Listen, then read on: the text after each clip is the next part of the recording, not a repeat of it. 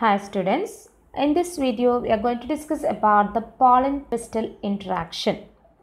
So pollination does not guarantee the transfer of right type of pollen, that is compatible or incompatible pollen. Compatible means the right type of pollen that lands on the stigma. Incompatible means the wrong type of pollen that lands on the stigma. So how do the pistil recognizes the compatible or incompatible pollen? That is a wrong or right type. So they do have a chemical compounds produced by them which will help them to recognize whether it is right type or wrong type.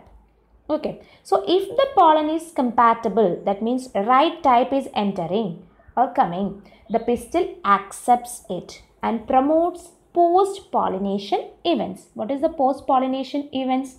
When the pistil accepts the pollen, next, what is the next step? They will form a formation of pollen tube, right? And pollen tube reaches the ovary.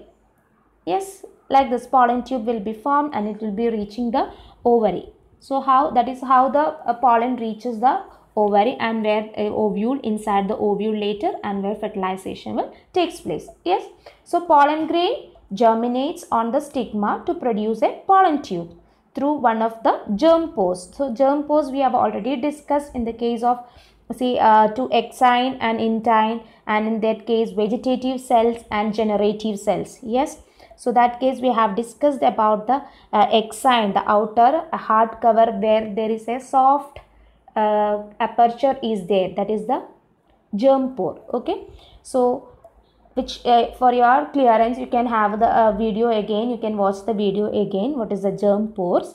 So pollen tube through one of the germ pores and the content of the pollen grain move into the pollen tube. So pollen tube grows through the tissues of stigma and style and reaches the ovary. So this is the post pollination events. If the pollen is compatible, it's of right type. So if the pollen is incompatible or wrong type, what is going to happen? And here you can see the picture, the entry of pollen tube into the synergid. This already with the picture we have already discussed in the previous videos. And here you can see discharge of male gametes into the synergid and movement of sperms, and one into the egg cell, three it is there. One is the egg cell and also the polar nuclei. Yes, that is the central nuclei, central cell which consists of polar nuclei. Okay, so next we need to know if the pollen is incompatible or of wrong type, the pistil rejects. How do they reject and what is the step what they are taking? So the pistil rejects the pollen by preventing pollen germination or the pollen tube growth. That means they will inhibit or they will not allow the pollen tube to grow. If the pollen tube is not grown, what is going to happen? The pollen will not reach the female part or the ovary or the ovule to take fertilization to takes place. Understood? So that is how the pollen pistil interaction in the case of compatible, that is a right type, and incompatible, that is a wrong type. Okay, then we learned about the two-celled condition as well as the three-celled stage. Yes, so in plants which shed pollen grains at two-celled stage. Yes, so that means a vegetative cell will be there and a generative cell. The generative cells divides into two male gametes during the pollen tube growth. So this we have already discussed. Now what happens in the three-celled stage?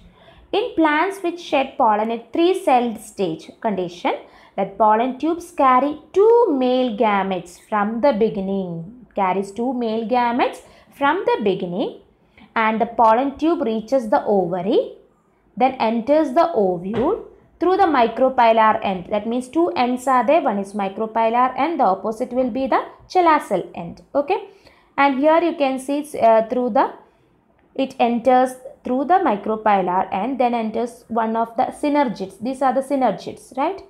Through the filiform apparatus. This and all we discussed already in the previous video. Filiform apparatus is the thickening at the micropylar end and through which the pollen tube enters into the synergids.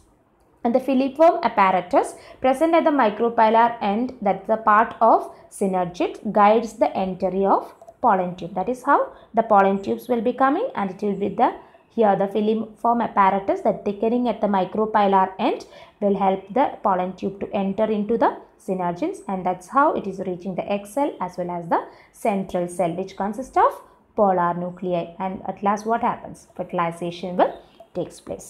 Okay, so this is the procedure what is happening, or after this is the post fertilization, post pollination events which is happening in the case of both 2-cell stage as well as in the 3-cell condition. And actually in the case of incompatible, that is the incompatible pollination, artificially, that is the plant breeder can manipulate pollen pistil interaction even in incompatible pollination, and to get desired hybrid varieties. So they can manipulate that, and they can bring out artificially the pistil pollen interaction, and they can bring out varieties. So farmers can, or the plant breeders can use such type of technique to bring out varieties or the desired hybrid varieties. So this is about the pollen pistil interaction. Okay. So next we need to know about the artificial hybridization, which will be discussed in the next video. Thank you.